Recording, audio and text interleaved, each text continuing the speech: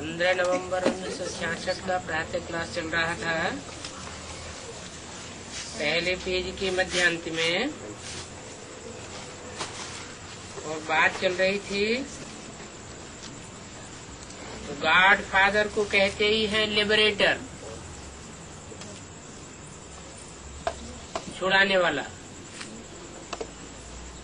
कैसे छुड़ाने वाला? दुख और दर्दों से छुड़ाने वाला। लिबरेट करने के लिए फिर यहाँ पतित दुनिया में ही आवेंगे ना। यहाँ सत्य की दुनिया तो है नहीं, है ही पतित दुनिया।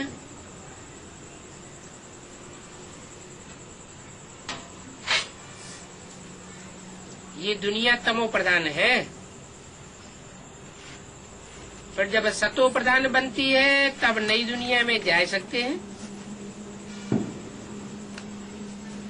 बाकी जो यहाँ नहीं आते हैं वो सब शांति धाम में रहते हैं। कहाँ नहीं आते हैं?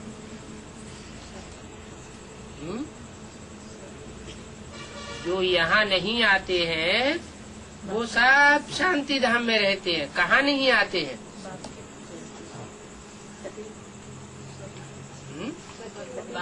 यहाँ बाप के सामने नहीं है। पतित दुनिया में बाप आते हैं, इसी दुनिया में आते हैं। सत्युग में तो आते नहीं है। तो यहाँ जो पतित दुनिया में नहीं आते हैं बाप के सन्मुख, अथवा बाप की फेवर में नहीं आते हैं, अथवा मन बुद्धि से बाप के सन्मुख नहीं आते हैं। एक तो होता है स्थूल शरीर से सन्मुख होना और दूसरा होता है मन बुद्धि से सन्मुख होना। तो जो यहाँ नहीं आते हैं वो शांति धाम में चले जाते हैं। ये दिल में अच्छी रीति बैठना चाहिए क्या कि जो मेरे से कुछ न कुछ विमुख रहते हैं, पूरा सन्मुख नहीं होते हैं, तो जितना विमुख रहते हैं उतना ही उनको शांति धाम में बैठना पड़े। जितना मेरे सन्मुख होते हैं उतना ही सुख धाम में आते हैं। कोई तो पूरा 21 जन्म सुख धाम में आवेंगे, कोई फिर नंबरवार हो जाते हैं। ये दिल में अच्छी रीति बैठना चाहिए, तब ही समझेंगे कि हमको इस बाप को याद करना है।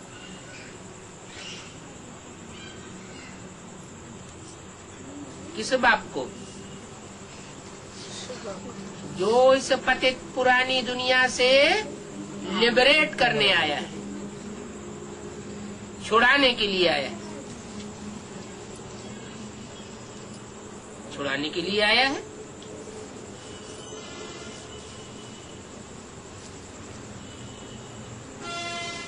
दुनिया से छुड़ाने के लिए आया है, पतित दुनिया से छुड़ाने के लिए आया है। और कोई न छोड़े। जैसे कहते हैं न, पेड़ को पकड़ लिया, पेड़ को पकड़ लिया और फिर कहे ये पेड़ मेरे को नहीं छोड़ता, तो असलियत क्या हुई? पेड़ नहीं छोड़ता या पेड़ को मैं नहीं छोड़ता? छोड़े तो छूटे। इसमें क्या भगवान करेगा और क्या कोई दूसरा करेगा? तो बोला समझेंगे कि इस बाप को हमें याद करना है। किस बाप को याद करना है? जो जिसकी याद हमको छुड़ाने वाली है, लिबरेट करने वाली है, स्वतंत्र बनाने वाली है। नहीं तो क्या होता है, जिसको हम भूलना चाहते हैं वो बार बार याद आ जाता है। कोई देहधारी को याद नहीं करना है। अगर अभी मैं आया हुआ हूँ और फिर भी देहधारियों को याद करते रहेंगे तो क्या घाटा होगा? घाटा क्या होगा? कुछ घाटा होगा या नहीं होगा? जो ऊंची से ऊंची प्राप्ति होनी चाहिए वो ऊंची से ऊंची प्राप्ति नहीं हो पाएगी।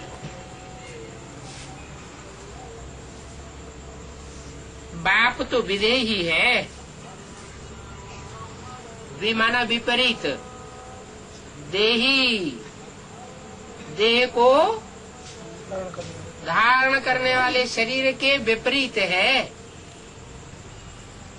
विदेही है माना निराकारी है, वो तो सदा ही शिव है, ज्योति बिंदु है, वो कभी भी देह के बंधन में बंधता नहीं है।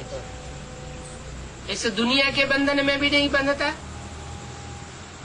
इस सृष्टि के चक्कर में भी नहीं आता। 84 के चक्कर में आता है क्या? अगर वो भी 84 के चक्कर में आने लगे तो हमको इस दुनिया से छुड़ाने वाला कोई नहीं है। तो बाप विदेही है और सब का पिता है। कोई भी आत्मा ऐसी नहीं है जिसका वह पिता न हो। क्या जन्म देता है? आत्मा को जन्म नहीं देता। आत्मा जन्म नहीं लेती, मरती नहीं। आत्मा तो अजर अमर अविनाशी है, लेकिन आत्मा अपने स्वरूप को भूल जाती है। जब भूल जाती है और समझती है कि मैं ये देह हूँ, मैं ये पुतला हूँ, देह में अटैचमेंट लग जाता है। अपनी देह में भी अटैचमेंट लगता है और दूसरे की देह में भी अटैचमेंट लगता है। तो देह चाहे अपनी हो चाहे देह के संबंधी हो, उनमें जहाँ अटैचमेंट लगता है तो उसको डिटैच कराने के लिए उस विदेही बाप को याद करना पड़े। और याद कोई चीज कब आती है?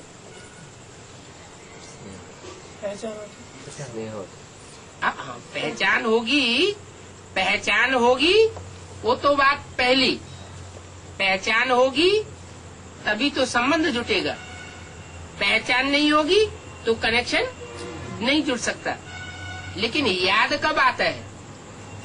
चक्कर में। जैसे आंखों से जो चीज देखी जाती है तो याद आती है।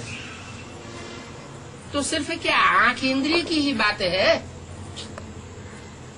कि आंख से जो देखा जाएगा वो ही याद आएगा? और इंद्रियों से जो रसना ली जाती है वो रसना याद नहीं आती है क्या? जीव ने रसगुल्ले का स्वाद लिया, वो याद आता है कि नहीं याद आता है? याद आता है। तो जो भी कर्मेंद्रियां हैं, उन कर्मेंद्रियों से जो भी स्वाद लिया जाता है वो याद जरूर आता है। अब परमात्मा कैसे याद आएगा? वो तो विदेही है, उसको अपनी देह है ही नहीं, वो देह के बंधन में बंधता ही नहीं, फिर याद कैसे आएगा? है? वो देही विदेही है।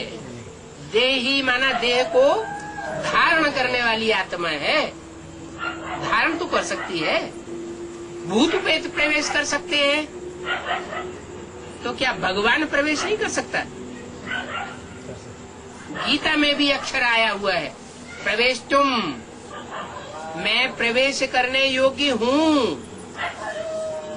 तो जब मैं प्रवेश कर सकता हूँ तो क्यों नहीं प्रवेश करूंगा? किसमें प्रवेश करूंगा? उसमें प्रवेश करूंगा जो मनु की पहली औलाद है, ब्रह्मा। मनु कहा जाता है ब्रह्मा को। जो ब्रह्मा की पहली औलाद है, मैं उसमें प्रवेश करता हूँ। जो ब्रह्मा की पहली औलाद, वो पहला ब्राह्मण। पहला ब्राह्मण सो पहला देवता, पहला देवता सो पहला क्षत्रिय, सो पहला वैश्य, सो पहला शूद्र, और वही फिर पहला ब्राह्मण बनता है। तो मैं उस पहले में प्रवेश करता हूँ जिसको कहते हैं अलफ। बे में नहीं मुकर्रर रूप से प्रवेश करता हूँ, अलफ में आकर के मैं अल्लाह बनता हूँ। अल्लाह माने सबसे ऊंच। ऊंच और नीच की बात निराकारी दुनिया की बात है या इस साकारी दुनिया की बात है? साकारी दुनिया में नीच और ऊंच होते हैं। तो इस साकारी दुनिया में मैं उस अव्वल में प्रवेश करके अव्वल नंबर धर्म की स्थापना करता हूँ। इसलिए कहानी बना दी है शास्त्रों में, मुस्लिम शास्त्रों में कहानी बनाई है क्या? अल्लाह अव्वल दीन। अल्लाह ने आकर के अव्वल नंबर दीन माना धर्म की स्थापना की।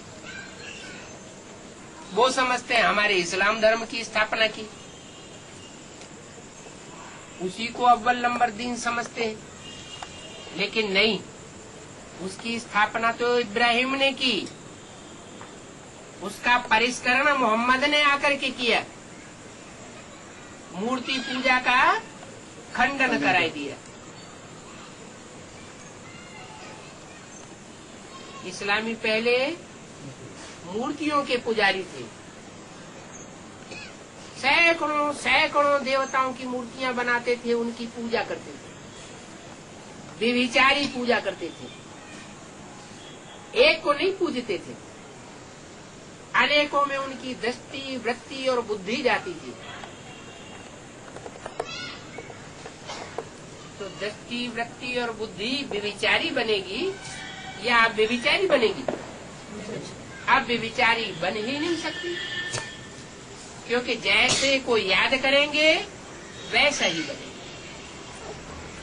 एक को याद करेंगे, जैसे कोई पतिव्रता स्त्री होती है, एक पति में अगर उसकी बुद्धि जाएगी तो उसका सतीत्व में पावर आएगी। अगर अनेकों में बुद्धि जाएगी तो उसका सत्य नष्ट हो जाता है। तो भक्ति मार्ग में कहते हैं पति परमेश्वर। अब हर स्त्री का पति कोई परमेश्वर तो होता नहीं, नाम ही है परम ईश्वर। कैसा ईश्वर? परम, बड़े ते बड़ा, ऊंच ते ऊंच। तो वो तो एक ही होगा। ये हर स्त्री का पति परमेश्वर होगा? एक ही हो सकता है। और वो एक जो परमेश्वर है वो परम पिता भी है, परम ईश्वर है, परम पति भी है। वो पिताओं का भी पिता है और पतियों का भी पति है। कब? जब ये सृष्टि बिल्कुल पतित बन जाती है, तब वो आकर के हम आत्माओं के साथ अनेक प्रकार के संबंध जोड़ता है। जिस आत्मा को जिस तरह की जो भी प्यास हो, सब की आकर के इच्छा पूर्ण करता है। लेकिन इच्छाओं में जितना ही व्यभिचार होता है, उतनी ही प्राप्ति में कमी हो जाती है, और जितना अव्यभिचारी इच्छाएं होती है उतनी ही प्राप्ति जास्ती होती है। कोई तो विश्व का मालिक बन जाता है, विश्व की मालिकिन बन जाती है, और कोई आत्माएं नई दुनिया में जाकर के चंडाल का पद पाती है। तो कौन सा पद पाना चाहिए? ऊंचे ऊंचे बाप आया हुआ है, तो ऊंचे ऊंचे बाप के बच्चे भी कैसे होने चाहिए? ऊंचे ऊंचे होने चाहिए। ऊंचे ऊंचे वर्षा प्राप्त करना चाहिए। नीची कैटेगरी की प्राप्ति हम क्यों करें? तो नंबर बन जाते हैं। कोई आत्माएं 84 जन्मों का पूरा सुख भोगती है, सिर्फ आखिरी जन्म में थोड़े समय के लिए जाकर गिरती है। क्योंकि थोड़े समय के लिए भी अगर गिरना नहीं होगा तो फिर उठना कैसे होगा? रात नहीं होगी तो दिन का कोई मूल्य नहीं होगा। दुख नहीं होगा तो सुख का कोई मूल्य नहीं होगा। जिसने अपने जीवन में कभी दुख देखा ही ना हो, वो सुख को कोई मूल्य नहीं देगा।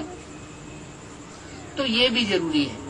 बाबा, सतयुग में वहाँ सुख का मूल्य कोई भी आई नहीं है। सतयुग में भी आत्मा की बात बताई, समय की बात नहीं बताई। समय कोई ऐसा होता है जब घोर सोजरा होता है, समय कोई ऐसा होता है जब घोर अंधेरा होता है। सूर्य भी रात्रि के 12 बजे एकदम अपोजिट में चला जाता है, रोशनी का नाम निशान नहीं। थोड़ी बहुत सितारों की रोशनी रहती है, उसमें भी अगर बादल आ जाएं चारों तरफ से तो वो भी छिप जाते हैं, घोर अंधेरा हो जाता है।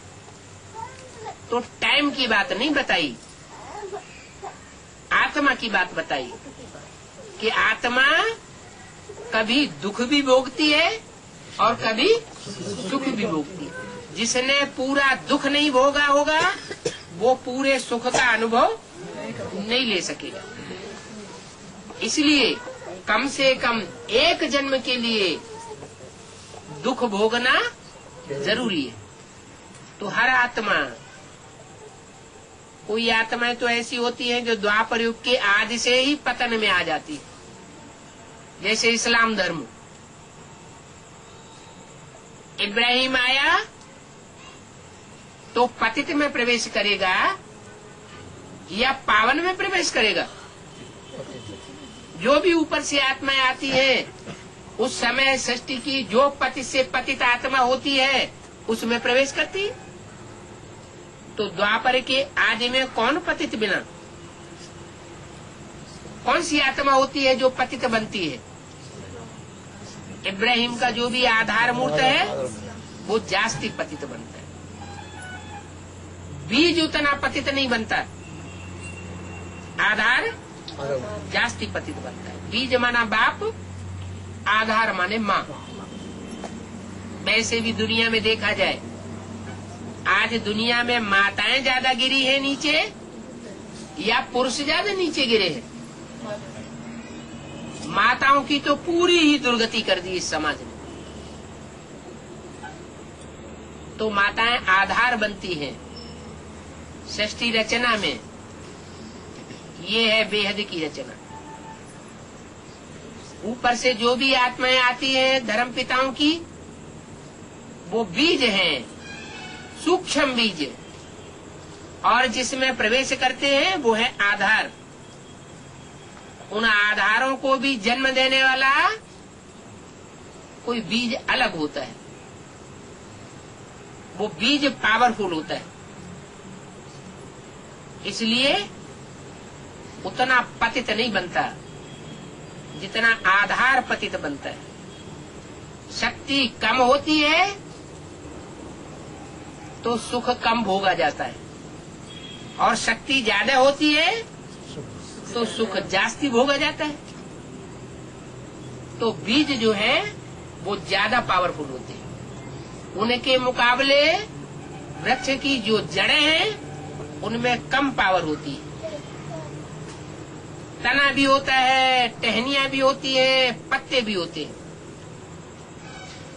सबकी अपनी अपनी पावर है। सारी मनुष्य सृष्टि का जो बीज होता है वो एक है, जिसे हर धर्म में मान्यता है। मुसलमान लोग हैं उसको आदम कहते हैं, अंग्रेज लोग उसको एडम कहते हैं, जैनी लोग उसको आदिनाथ कहते हैं, हिंदुओं में उसे आदिदेव कहा जाता है। त्वम आदिदेव पुरुष है पुराण। तो जो आदि बीज है वो सबसे जास्ती पावरफुल है, नंबर वार है। लेकिन ये बनते कब हैं? पावरफुल या कमजोर? आत्मा तो जन्म लेती नहीं है, आत्मा तो अजर अमर विनाशी है। फिर तुम आत्मा रूपी बच्चे बाप के बच्चे कैसे बने? पैदा कब हुए? आत्मा जन्म नहीं लेती, आत्मा अपने स्वरूप को भूलती है। देह में देह के सुख भोगते भोगते अपन को देह समझ बैठते। अपनी देह से सुख भोगते हैं, दूसरों की देह से सुख भोगते हैं, तो दूसरों को अपना समझ बैठते हैं। वास्तव में इस सृष्टि में अपना तो एक शिव बाबा और दूसरा न कोई। नजारा भी दिखाई दिया यज्ञ के आदि में। क्या नजारा दिखाया? जो 7-7 तालों के अंदर बंद की जाती रही, इतना प्यार करते थे। ये मेरी पत्नी है, ये मेरी बेटी है, ये मेरी बहन है, बहुत अच्छी है। जब हिंदुस्तान पाकिस्तान का झगड़ा हुआ, खून की नदियां बही, खून रेजी हुई, तो सब छोड़ करके भाग गए। तो धोखा देना हुआ ना, पता चल गया ना कौन किसको कितना प्यार करता है। सब छोड़ के भाग गए, और जो 7-7 तालों के अंदर बंद थी वो परमात्मा बाप के पास कराची में पहुंच गई। उनको साक्षात्कार कराई दिया बुद्धि से। क्या इस दुनिया में कोई अपना, वो तो एक छोटा सा नजारा था,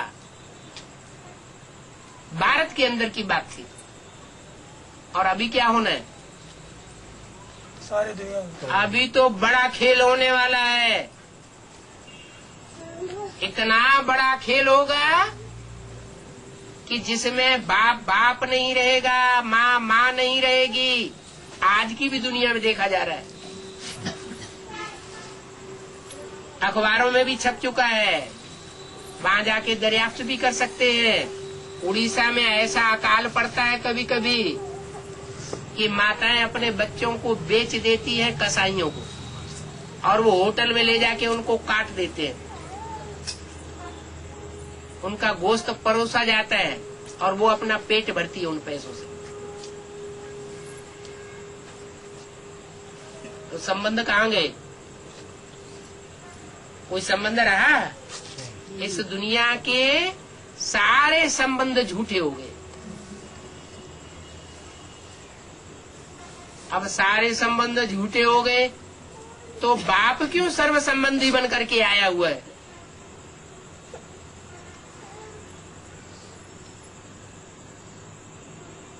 इसलिए आया हुआ है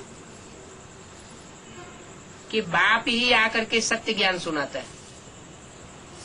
सब अपने स्वार्थ के लिए झूठी बातें बताते हैं, और बाप आकर के सच्ची बात बताता है। उसे कुछ लेना देना नहीं है किसी से, क्योंकि जिनको अपना रथ होता है, स्वार्थ होता है, वो बातें बनाता है। जिसको कोई स्वार्थ नहीं होता है, अपना रथ ही नहीं होता है, उसको झूठी झूठी बातें बनाने की दरकार ही नहीं। इसलिए गॉड इज ट्रुथ कहा जाता है। सत्य को ही परमात्मा कहा जाता है,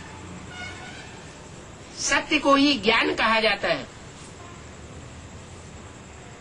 असत्य को अज्ञान कहा जाता है। तो बाप सच्चा है।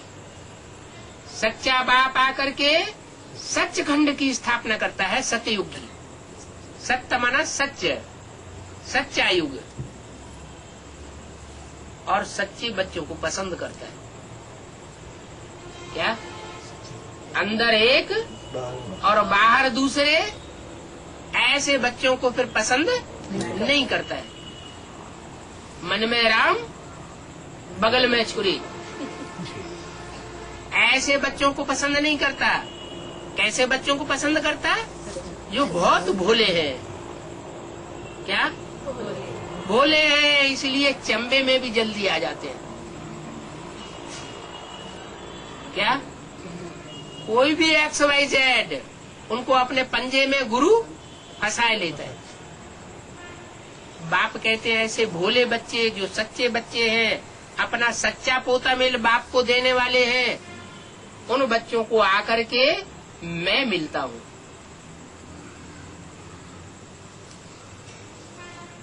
गायन है घर बैठे भगवान मिला। पूरी प्राप्ति उनको होती है अगर दिल के सच्चे हैं। सच्चे दिल पर साहब राजी। उसे सच्चाई बहुत प्रिय है। क्यों? सच्चे को सच्चाई प्रिय है और झूठे को झूठी बात प्रिय होती है। पानी पानी में जाके मिलता है, दूध दूध में जाके मिलता है, कीचड़ कीचड़ में जाके मिलता है। जो जैसी आत्मा होती है वैसी ही रचना बनाती है।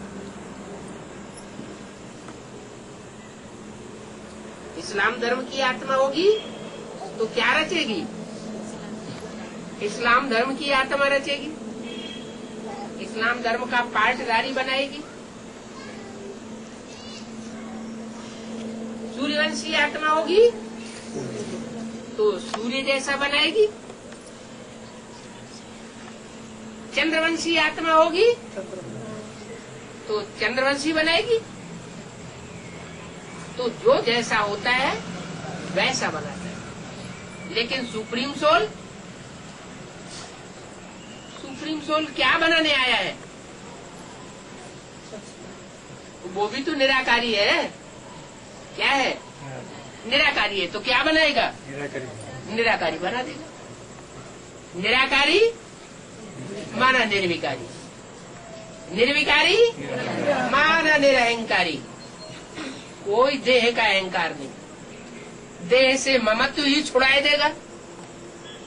देह से जो अटैचमेंट है, चाहे अपनी देह हो चाहे पराई देह हो, अगर उसे अटैचमेंट छुड़ाए दे तो क्या कहेंगे?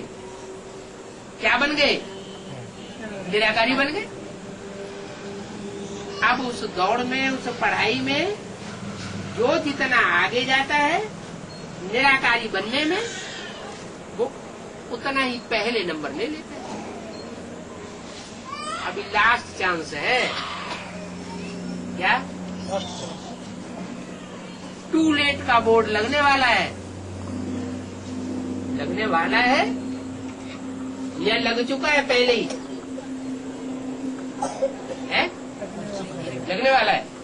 और सन 76 के लिए विनाश की घोषणा की थी और लक्ष्मी नारायण की प्रत्यक्षता की घोषणा की थी। वो कहाँ गई?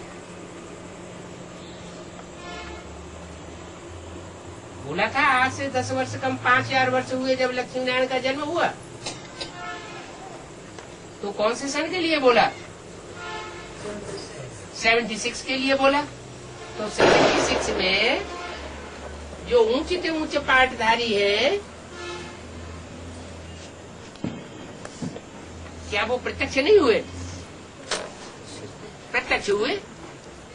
तो उस फर्स्ट पार्ट के लिए टू लेट का बोर्ड लगा या नहीं लगा? लग गया। वो तो दुनिया का पहला जोड़ा हुआ। उसके बाद दो आत्माओं की प्रत्यक्षता तो हुई, टू लेट का बोर्ड लग गया। उसके बाद तीसरे के लिए भी बोलना शुरू किया। पहले बोलते थे 2 सीट भर गई है, फिर बोला 3 सीट फिक्स हो गई है। तो तीसरी सीट कौन सी हुई?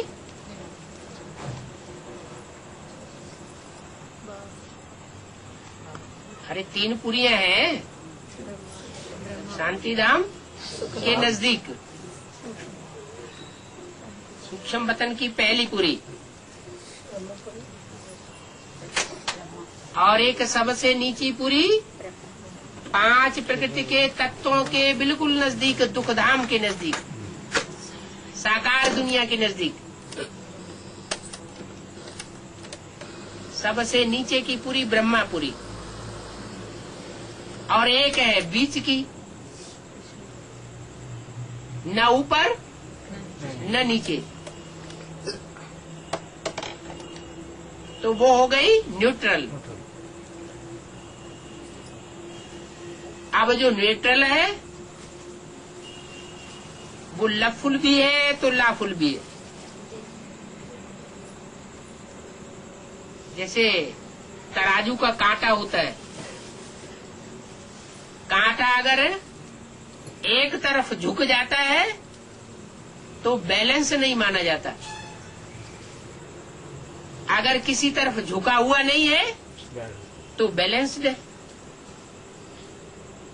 यही हमारे जीवन का लक्ष्य है। क्या? कि दुख सुख में समान हो जाए, दुख दुख अनुभव न हो, दुखी न हो, और सुख सुख अनुभव न हो। जैसे सुखी आदमी ज्यादा हो जाता है तो बहुत उछलता है, तो उछलने वाली बात भी खत्म। सुख दुखे समय कृत्वा, जैसे मनुष्यों ने बनाई दी है गीता। और गीता पढ़ाई किसने? भगवान ने पढ़ाई। कब पढ़ाई? कलयुग के अंत में पढ़ाई। यही पढ़ाई पढ़ाने आया हुआ है। क्या? कि जीवन को बैलेंस वाला बनाओ। ये हमारे जीवन का लक्ष्य है, विष्णु फरिश्ता बनना, नर से नारायण और नारी से लक्ष्मी बनना। तो उस पहले के लिए तो टू लेट का बोर्ड लग चुका। उसके बाद अभी 3 आत्माएं, उनके लिए भी टू लेट का बोर्ड हुआ। 3 के बाद अष्टदेव। अभी 2 साल से अव्यक्त वाणी में लगातार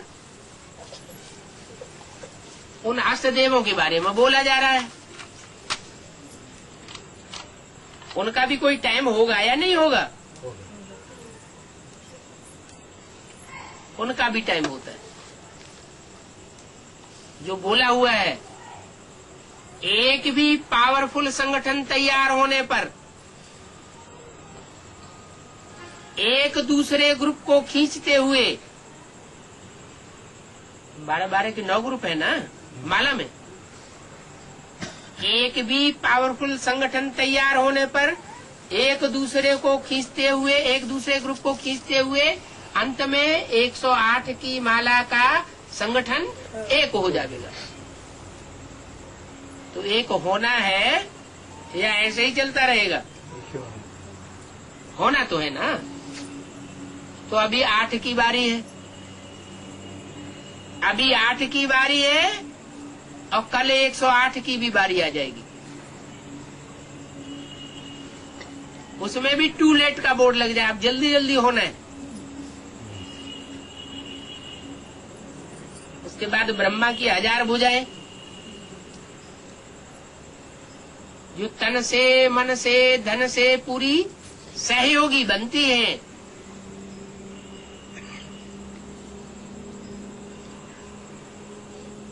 तो वो भी चांस पूरा होना है। फिर 16,108 राज परिवार में आने वाले वो भी प्रत्यक्षता जल्दी होनी है। अब तो 2/3 टाइम तो गुजर गया। कितने वर्ष पूरे हो गए? सन 36-37 से लेकर के 2005 तक कितने वर्ष हुए हैं? 70। आज 69 ईयर्स पूरे होने जा रहे हैं। उसमें भी राधा कृष्ण जैसे बच्चों का जब जन्म होना शुरू हो जाएगा, उस समय तो पुरुषार्थ करने जैसी कोई बात ही नहीं रहेगी। अभी है पुरुषार्थ करने की बात, क्योंकि अभी 500 करोड़ की दुनिया भी मौजूद है। 500 करोड़ की दुनिया के संग के रंग में आते हुए फिर हम तीव्र पुरुषार्थ करें, भगवान की ओर आगे बढ़ने का, तो प्राप्ति ज्यादा है। क्योंकि अभी बाप गुप्त है। गुप्त को जिसने पहचान लिया वो ही पक्का पुरुषार्थी। इसलिए ऋषियों महर्षियों ने भी अमृत वेले का टाइम चुना है पुरुषार्थ के लिए, कि सूर्य निकलने से पहले जो पुरुषार्थ होता है वो ही असली पुरुषार्थ, वो फाउंडेशन बेला है। वो तो हद की बात हो गई। अभी प्रैक्टिकल में ज्ञान सूर्य संसार में प्रत्यक्ष होने वाला है। प्रत्यक्ष हो जाएगा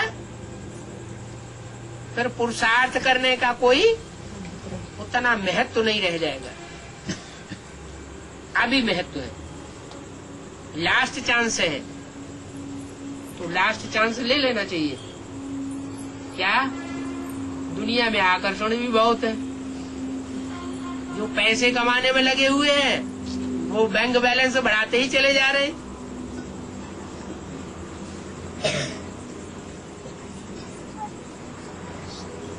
दुनिया में महल माड़ियां अटारियों की संख्या बढ़ती ही चली जा रही। बाप कहते हैं ये 100-150 साल का अंतिम पंप एंड शो है माया का। पहले इतनी महलमाड़ियां अटारियां और इतना आकर्षण माया का नहीं था। साइंस के इतने जो साधन निकलते चले जा रहे हैं वो इतना आकर्षण करने वाले नहीं थे। ये जहाज, ये मोटर कार, ये कंप्यूटर, ये सब अभी निकले हैं। किस लिए निकले हैं? हमारी बुद्धि को आकर्षित करने के लिए, चकाचौंध करने के लिए। इन स्थूल पदार्थों में जिनकी बुद्धि चकाचौंध में आ जाती है वो परमात्मा बाप से बहुत दूर हो जाते हैं। इन साधनों का भोग करते हुए भी बुद्धि एक बाप में लगी रहे, क्योंकि बाप कहते हैं ये साधन भी तुम्हारे लिए हैं, अगर तुम इनको ईश्वरीय सेवा में यूज करते हो तो। दुनिया के सारे साधन तुम्हारे चरणों में आ जाएंगे।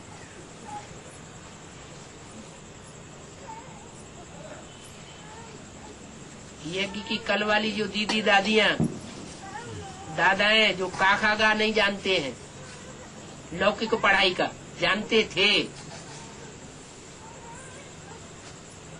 उनको हवाई जहाज अब क्या बड़ी चीज रह गई? कोई बहुत बड़ा साधन हो गया उनके लिए? नहीं। ये मर्तबा कहाँ से आया है? ईश्वरीय नॉलेज का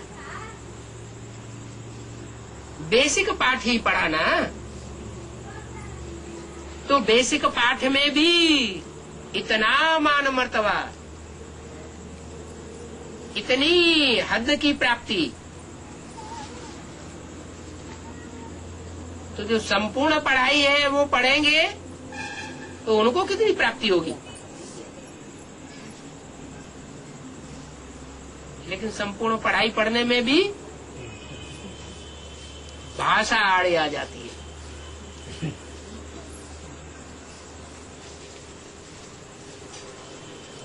मिसाल तो सब तरह के मौजूद हैं।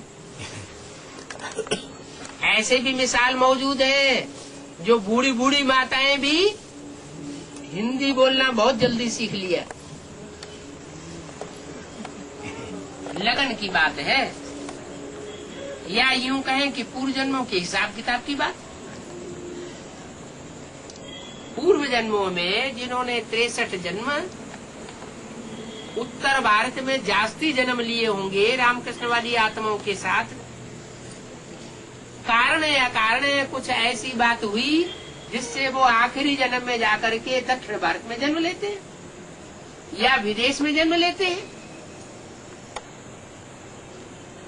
आखिरी जन्म में। तो क्या वो अपने पूर्व जन्म के संस्कारों के आधार पर उस एक ही जन्म में मेहनत करके हिंदी नहीं सीख सकते? सीख लेते, क्योंकि उनका अनेक जन्म का लगाव लगा पड़ा है। तो उनमें दृढ़ता आ जाती है और दृढ़ता सब कुछ करा लेती है। दक्षिण भारत की माताएं भी अगर इस बात पर दृढ़ हो जाएं कि हमें रोज क्लास करना है, संगठन में बैठना है और हिंदी ही बोलनी है, दूसरी भाषा क्लास में नहीं बोलनी है।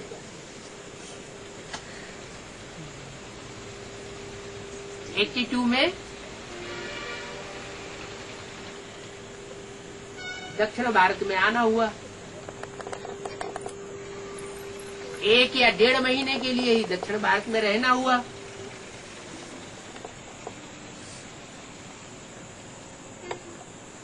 अंग्रेजी बोलना बिल्कुल नहीं आता था और तमिलनाडु में कोई हिंदी बोलता ही नहीं था। उस समय कर्नाटक में भी कोई हिंदी नहीं बोलता था। तो 1.5 महीने के अंदर अंग्रेजी बोलना शुरू कर दिया, क्योंकि जब कोई और रास्ता ही नहीं है तो वो जो वर्डिंग्स थोड़े बहुत हैं अपने पास, उन्हीं से काम चलाना पड़े।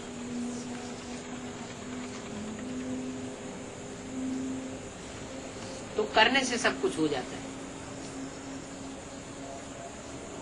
ऐसी सोसाइटी हमको बनानी है कि उस सोसाइटी में मूव करने से भाषा जल्दी आ जाए।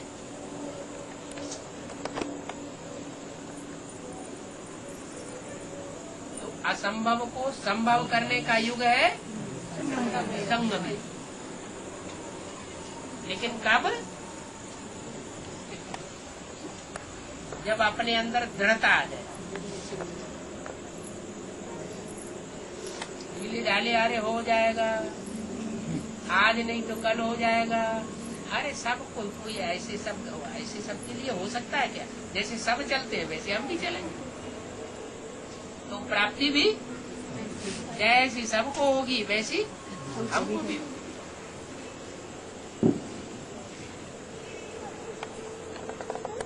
तो बोला विदेही बाप सबका पिता है और सबको विदेही बना करके छोड़ेगा। सबको निराकारी स्टेज में जाना है। जो जितनी जल्दी निराकारी स्टेज में जाएगा, देह और देह के संबंधों से परे हो जाएगा। 500 करोड़ का जो माला का मणका है वो नंबर फिक्स हो। क्या 500-700 करोड़ रुद्रमाला है, बड़ी तो बड़ी। परमधाम में नंबरवार जावेंगे और नंबरवार ही उतरेंगे। तो जो जितनी जल्दी निराकारी स्टेज को धारण करेगा, माने देह और देह के संबंधों से परे जावेगा, वो उतना ही माला में पहला नंबर, ऊंचा नंबर ले जावेगा। और जो जितना ऊंचा नंबर लेगा वो उतना ही ऊंचा जन्म जन्मांतर का सुख भी भोगेगा। क्या नीचा मणका तो नीचा सुख परसेंटेज में, और ऊंचा मन का तो ऊंचा सुख परसेंटेज में। पहले जन्म की जो प्रजा होगी 9 लाख प्रजा होगी ना सतयुग में, वो प्रजा की भी कोई विशेषता होती है। उनमें भी जो 4.5 लाख होंगे जन्म देने वाले, उनकी तो विशेषता की बात ही मत पूछो। क्यों? क्योंकि वो तो चढ़ती कला के पुरुषार्थी हैं। 4.5 लाख बच्चे जो जन्म लेंगे वो तो उतरती कला में जन्म लेंगे। क्या उनका जन्म लेना कौन से युग में होगा? जब दुनिया की कलाएं उतरने लगेंगी। और उनको जन्म देने वाले जब तक जिएंगे तब तक उनकी चढ़ती ही चढ़ती कला होनी है, उतरती कला नहीं होगी। तो उनमें संस्कार कौन से पड़ गए? जो भी 63 जन्म होंगे, उन 63 जन्मों में भी उनके संस्कार चढ़ने के पड़े हुए हैं, उतरने के नहीं पड़े हुए हैं। उनमें भी फिर नंबरवार है। कोई पहले निराकारी बनते हैं, कोई बाद में निराकारी बनते हैं। जो 1 लाख है पहले, जो यज्ञ रुद्र यज्ञ रचे जाते हैं तो वो लाख मण के तैयार किए जाते हैं और उनकी पूजा होती है। जरूर उनमें विशेषता है। जो ज्ञान उन्होंने धारण किया है वो ज्ञान और 9 लाख मणकों ने, 8 लाख मणकों ने धारण नहीं किया, क्योंकि वो सूर्यवंशी मणके सूर्यवंश की लिस्ट में आते हैं। दूसरे वंश की आत्माएं उनका ज्ञान में मुकाबला नहीं कर सकती। यहाँ का ईश्वरीय ज्ञान जन्म जन्मांतर का स्थूल धन बन जाएगा। क्या? जो यहाँ जितना ही ईश्वरीय ज्ञान को धारण करने वाला बनेगा, उतना ही जन्म जन्मांतर का स्थूल धन का स्वामी बन जाएगा। तो सबसे ज्यादा साहूकार कौन बनेंगे? है? राम राजा राम प्रजा राम साहूकार। वो सूर्यवंशी बच्चे जन्म जन्मांतर के साहूकार बनेंगे। हाँ, अंतिम जन्म में तो नीचे गिरना ही होता है। उसमें भी बाप कहता है, बच्चे मेरा पार्ट तो अलग है, मैं तो सबका बाप हूँ, गरीबों का भी बाप हूँ, क्योंकि गरीब निवाज बन करके मुझे आना है। लेकिन अंतिम जन्म में भी तुम बच्चे मेरे से ज्यादा धनवान होते हो।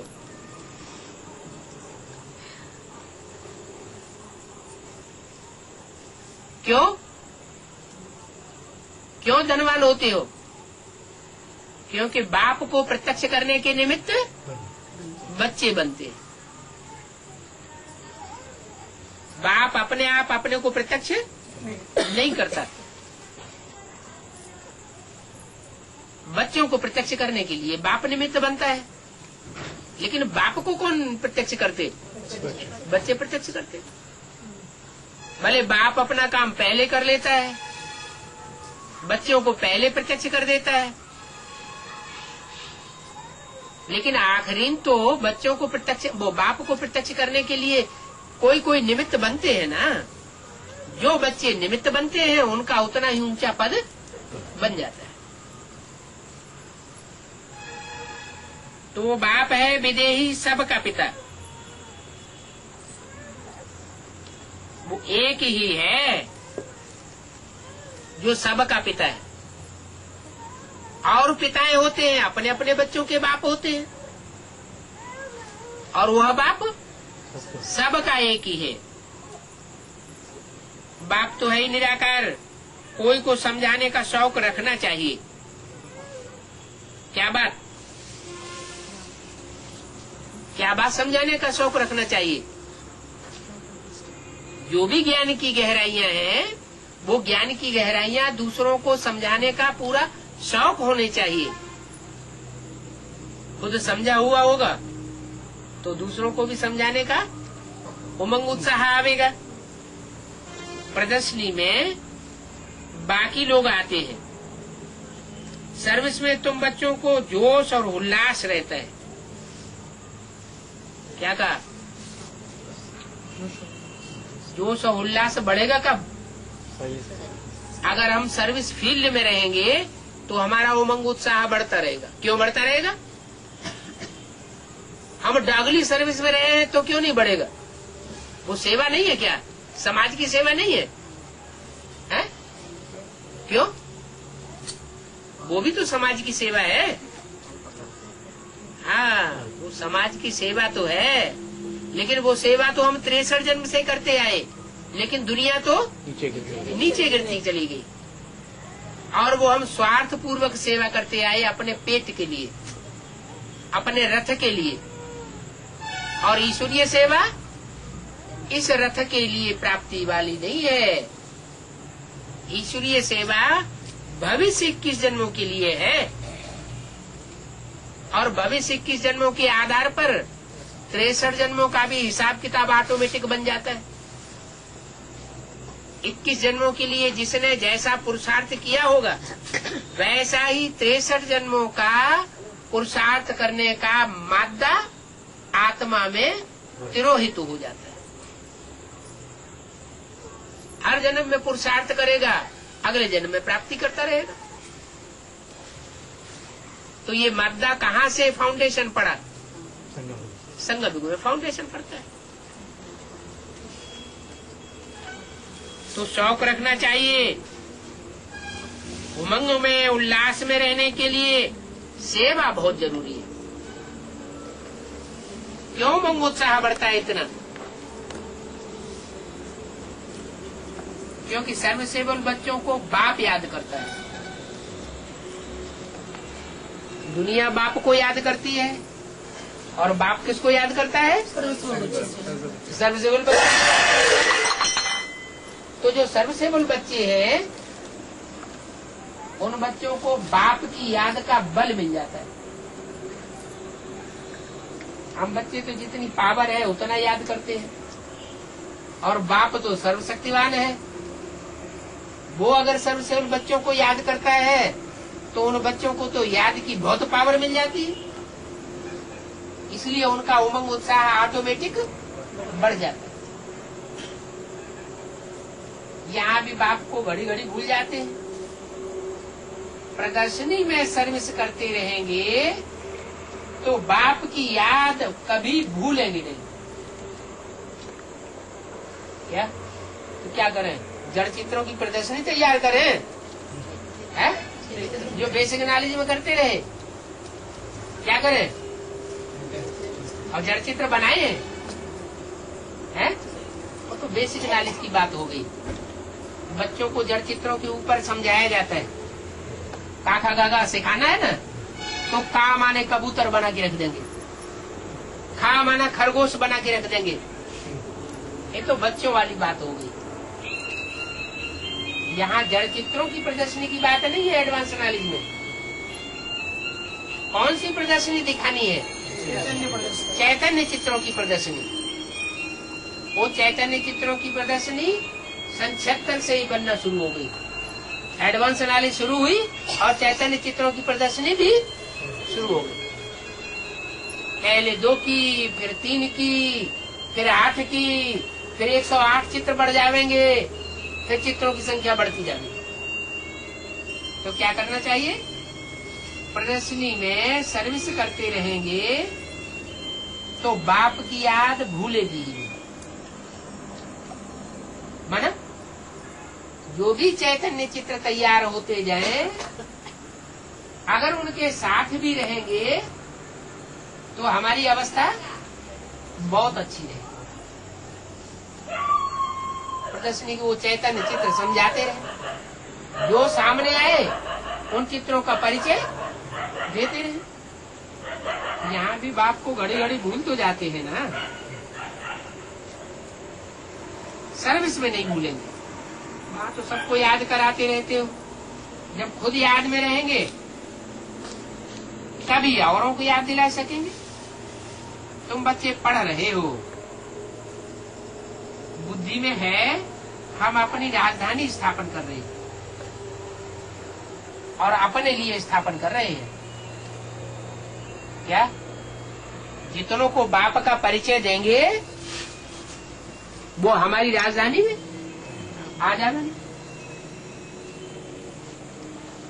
परिचय देने मात्र से ही हमारी राजधानी में आ जाएंगे। अगर वो पुरुषार्थ करेंगे तो राजा बन जाएंगे।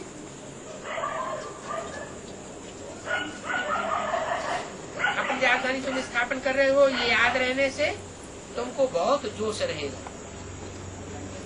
कि जल्दी से जल्दी हम अपनी बड़ी से बड़ी राजाई स्थापन कर लें। बाप को भूलने से गलती हो जाती है। क्या बाप कब भूलता है? बुद्धि में से कब निकल जाता है? हैं? जब दूसरों को हम नजदीक लाते हैं तो बाप की याद, बाप अपने कहता है चलो भैया इनको जुड़ने दो, हम अपना दूसरा रास्ता पकड़े।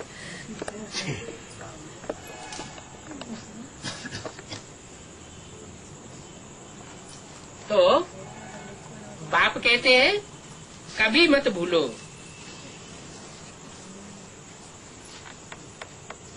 गलतियां फिर होंगी नहीं। अभूल बनेंगे तो गलती नहीं होगी। देवताओं से भूल नहीं होती और मनुष्यों से भूल होती है। मनुष्य भूलों का पुतला है। क्यों? क्योंकि मन को कंट्रोल नहीं कर पाता। मन रूपी घोड़ा लगाम से कंट्रोल से बाहर हो जाता है, उसको कहते हैं मनुष्य। अगर मन को कंट्रोल कर लिया तो देवता बन जाता है। तीन मूर्तियों में मन कौन है? ब्रह्मा। मन को कौन कंट्रोल करेगा?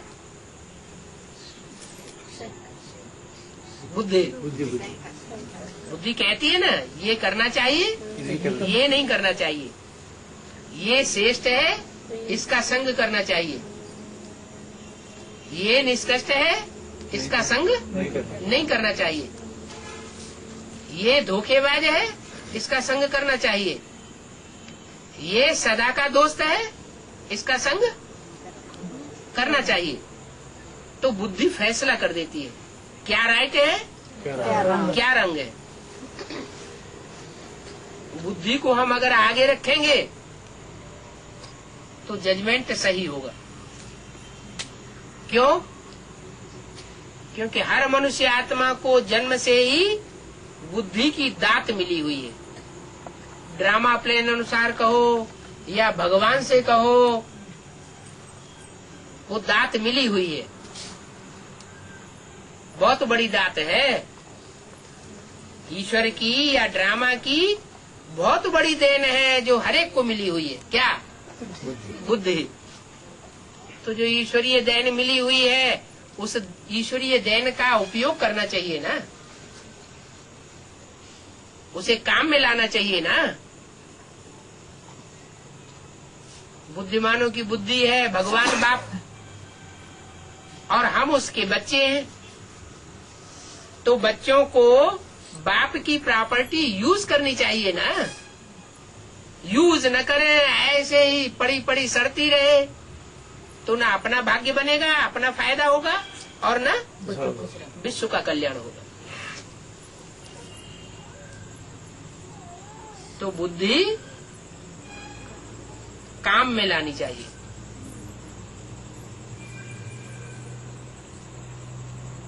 ये बुद्धि सर्वोपरि चीज है, संस्कारों को भी परिवर्तन कर सकती है। संस्कार भी परिवर्तित होते हैं, जन्म जन्मांतर के संस्कार हैं, कोई में चोरी के संस्कार है, लेकिन बुद्धि से सोच तो सकता है कि ये संस्कार कैसे पक्का हो गया। एक बार चोरी करता है, बुद्धि तीव्र गति से उसका विरोध करती है, ऐसा नहीं करना है। फिर दूसरी बार चोरी कर लेता है तो थोड़ी तीव्रता घट जाती है। फिर तीसरी बार चोरी कर लेता है फिर बुद्धि की तीव्रता और घट जाती है। फिर 4 बार, 5 बार, 8 बार, 10 बार फिर चोरी की आदत पड़ जाती है।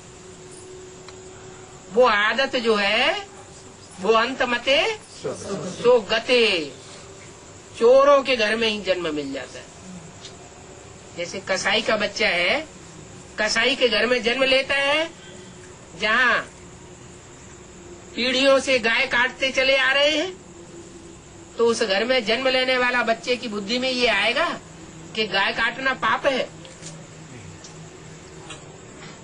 जब वो पहली बार गाय काटेगा वो बच्चा, तो उसकी बुद्धि में ये आएगा, बुद्धि उसकी अपोजिशन करेगी कि गाय को नहीं काटना चाहिए, नहीं करेगी, क्योंकि उसके संस्कार पक्के हो चुके हैं। तो फिर बुद्धि काम नहीं करती। अभी बुद्धिमानों की बुद्धि हर बच्चे को मिल रही है, अपनी अपनी बुद्धि है, वो तो हद की है। अभी तो बेहद का बाप आया हुआ है, क्या किस रूप में आया हुआ है? बुद्धिमानों की जो बुद्धि है उस रूप में आया हुआ है, जिसको कहते हैं त्रिनेत्री। तो अपनी अकल काम न करती हो तो क्या करना चाहिए है? अपनी अकल अगर काम नहीं करती है तो जहाँ से अकल मिलती है वहाँ से अकल ले लेना चाहिए। ओम शांति।